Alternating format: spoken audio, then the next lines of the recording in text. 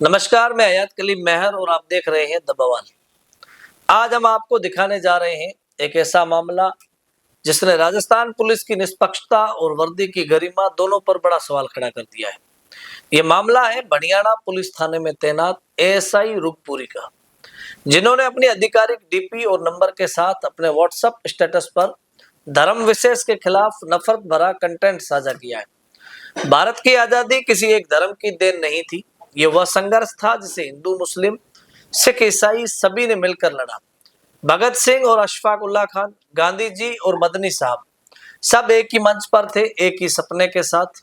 मुल्क जो इंसानों से चलता है, धर्मों से नहीं। लेकिन आज उसी मुल्क में वर्दी पहनकर बैठे एक पुलिस अधिकारी के नफरती स्टेटस ने न सिर्फ समुदायों के बीच दरार डालने की कोशिश की है, बल्कि पूरे पुलिस विभाग की निष्पक्षता पर गंभीर सवाल खड़े कर दिए। आगे दिखाई जाने वाली फुटेज का उद्देश्य सिर्फ घटना का संदर्भ देना है।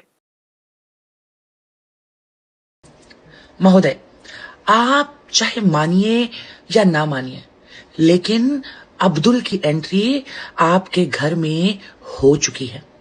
क्योंकि अब्दुल अब सिर्फ बम नहीं बनाता, सिर्फ पंचर नहीं साटता, सिर्फ ब्लाउज पेटीकोट नहीं सिलता।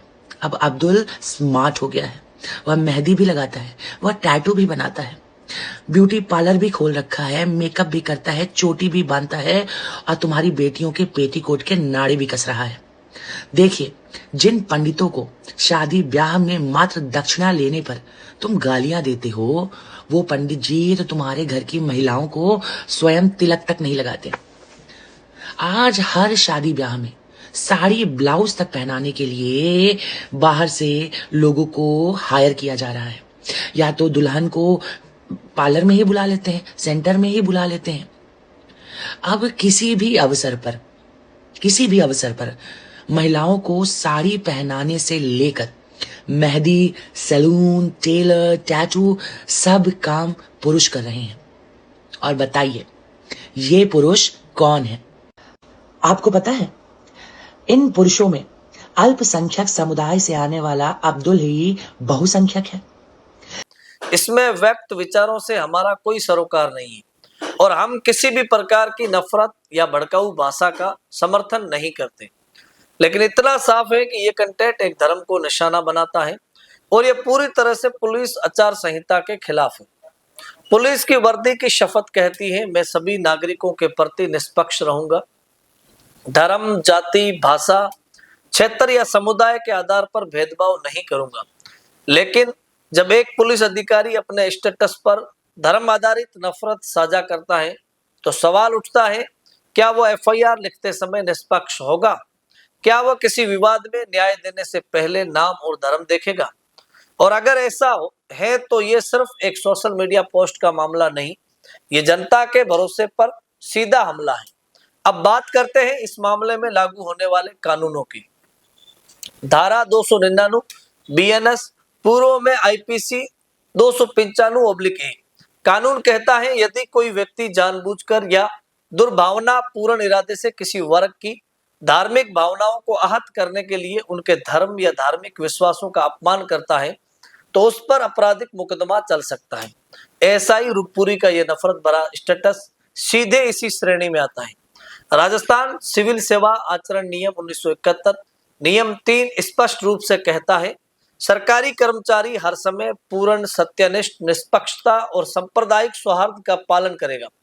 इनमें से किसी का उल्लंघन सीधा कदाचार, मिसकंडक्ट माना जाता है और सांप्रदायिक पोस्ट कदाचार का सबसे गंभीर रूप है। Rajasthan police social media policy दिशा निर्देशों के अनुसार अगर कोई भी पुलिसकर्मी सोशल मीडिया पर अवैध, अश्लील, किसी धर्म, जाति या समुदाय के खिलाफ या विभाग की छवि खराब करने वाली सामग्री पोस्ट या शेयर नहीं कर सकता, यहां तक कि निजी अकाउंट पर भी नहीं, क्योंकि पुलिसकर्मी की वर्दी ऑफिस टाइम तक सीमित नहीं होती।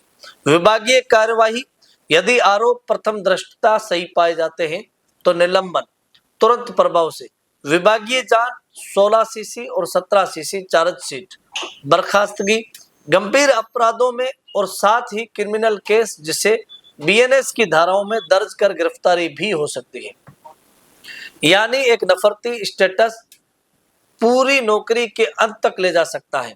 ऐसा ही रुपपुरी पर तत्काल विभागीय जांच शुरू की जाए। सोशल मीडिया आचार संहिता का सख्ती से पालन कराया जाए। ऐसी घटनाओं पर त्वरित कार्रवाई कर पुलिस विभाग की छवि बचाई जाए, क्योंकि वर्दी में बैठकर नफरत फैलाना कानून को कमजोर करना है और जनता के विश्वास को तोड़ना है। देश की आजादी साझी थी, इसकी सुरक्षा भी साझी ही रहनी चाहिए। नफरत फैलाने वालों को वर्दी नहीं बचा सकती। फिलहाल के लिए इतना ही। देखते रहिए द बवाल। शुक्रिया।